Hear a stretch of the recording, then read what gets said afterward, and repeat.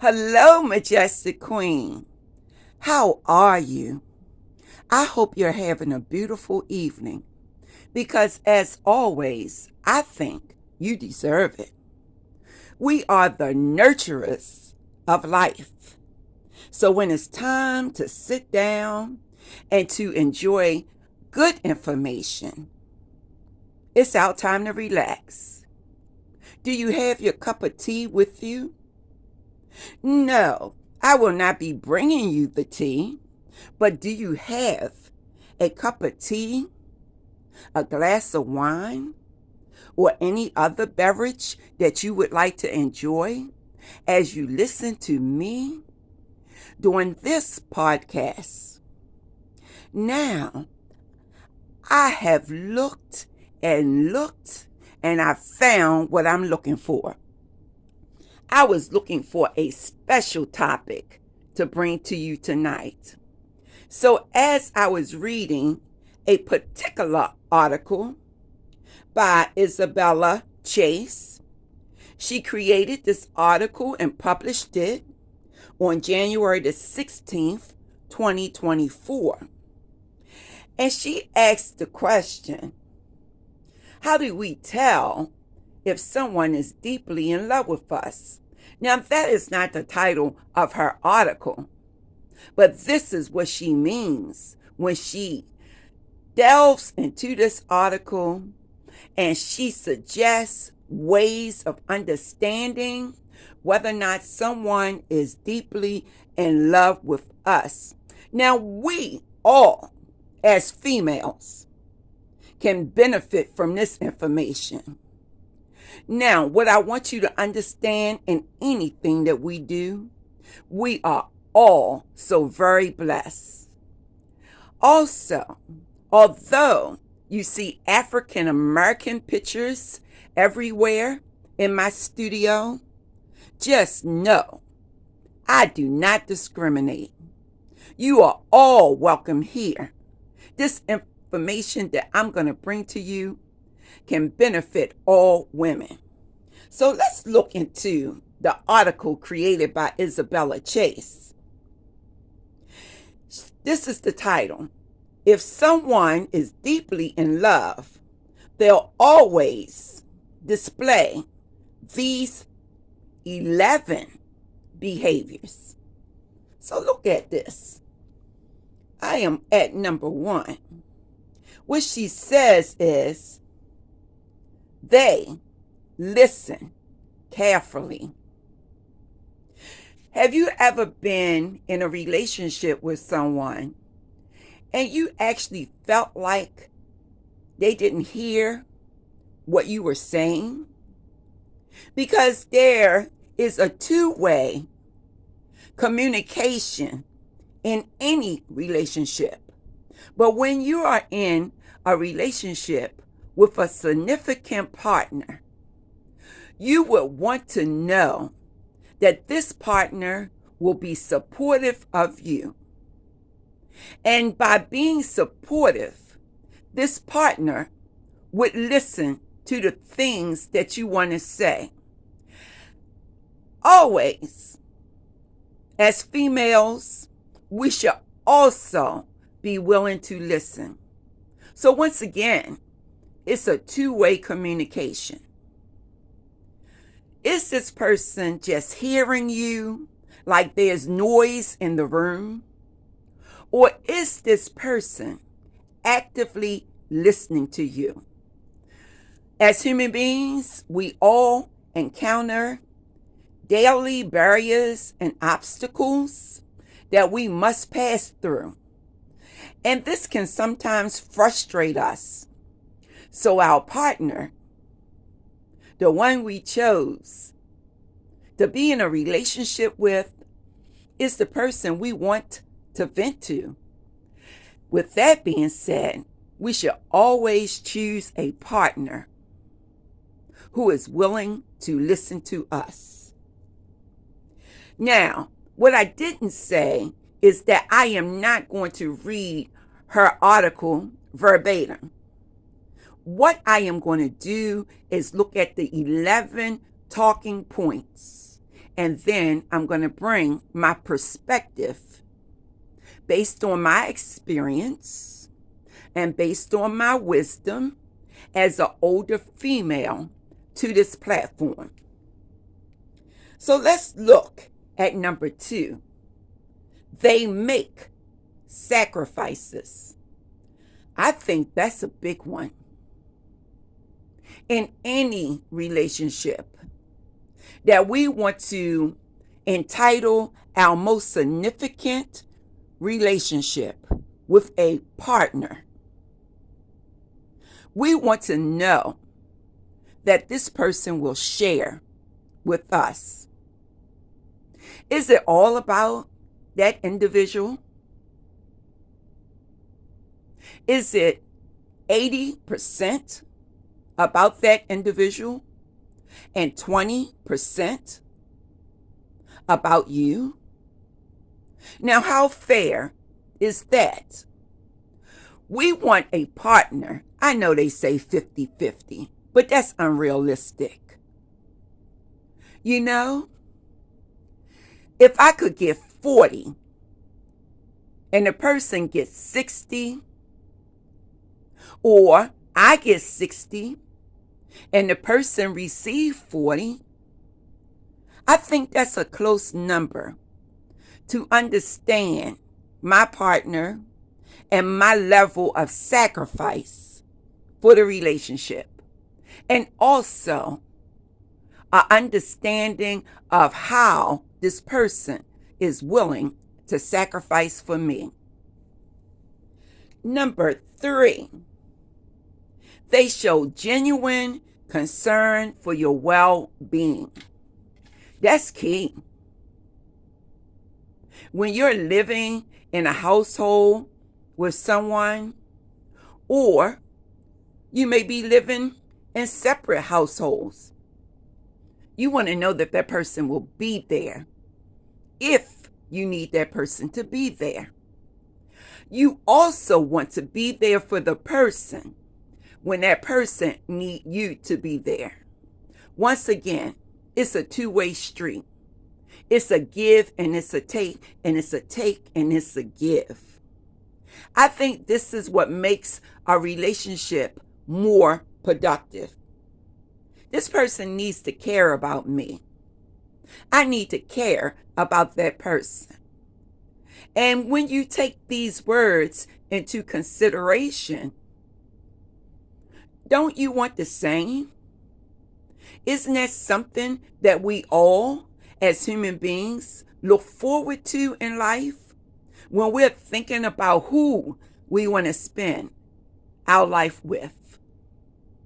Yes, I think that's a very important point. 4, they include you in their future plans. Well, one of the first things I must admit, and I must encourage you to do, is to know what those plans are. Is there going to be a future between the two of you that's going to be a long-term relationship? Or is this person here for the moment, here for a good time, but not a long time? When a person makes a statement, I'm here for a good time and not a long time, or their behavior display that, I don't think this is who you should choose as a long-term partner. Think about how you can contribute to the future and what this person is bringing to the table. 5, they express their love even in the smallest ways. We live in a society. Everything is money, money, money. Materialistic thing, materialistic thing. But don't you know, the heartfelt things will sometimes come in the smallest package? Aren't we to take notice of those things? That little special something, like sending flowers on a day that you do not expect it, or sending a ring. And you say, I wasn't expecting this ring, but thank you. It is such a beautiful gesture. Whether you like it or not, some people, I don't like this ring. That's so unimportant. That's so unimportant. I'm sorry. I was a little tongue-tied there. But that is so unimportant. Look at the heart behind the ring, because that person didn't have to send you anything. Or what about when you have that special someone who will say to you, I'm cooking you breakfast. You stay in the bed. Or come over if you're in a partnership that's not a marriage or a living situation. Come over. I cook dinner for you. That is so loving and so sweet. We have to pay attention to smelling the roses. And the roses come in many forms. And I am not just talking about flowers. I'm talking about the little things in life that we need to pay attention to. Okay, so let's move on to 6. They appreciate you. We had a conversation about the littlest thing. Well, what about when you do that small thing for your partner, like running the bath water, rubbing his or her back, okay? Or saying to you, I'm at the store. Would you like for me to bring a bottle of wine? Can't you say that to your partner? Can't you do that most small thing that you know this person would appreciate? And does this person actually appreciate it? Take notice. If this is a disgruntled person, always face broken down or complaining about something that's going on in life, is this person really showing appreciation for each day that God sends? We don't have to be here on earth from one day to the next. And so we need to know that we are appreciated, and we also need to give appreciation to our partner. The next item, focus on whether or not this person is afraid to show their vulnerability. When you are in a relationship with a significant other, that person should be able to cry on your shoulder, and you should be able to cry on their shoulder. That's the kind of vulnerability, or that person send you a text from work and say, I'm just not feeling good today. Isn't that special? And don't you think that when a person is going through a difficult time in life, because we all get it, there's no one who's immune, and that person think of you, what does that tell you? It tells you that you play an important role in that person's life. And that is so incredibly lovable. 8 is where we are. Respecting boundaries. Does this person respect your boundaries? Does no mean no to that individual when you have to say no? Or does a person continue to push their agenda onto you? In any relationship that we encounter, we need people to respect our boundaries. See, there's things that is going on in our private lives that the next person may not even know about. And even if you're married or in a living situation, there's still a personal, private part of yourself that you may not share, or you may not be willing to share at that particular time. Shouldn't those boundaries be respected? Think about that. Number 9, when there is an argument or a disagreement, is this individual fighting fair?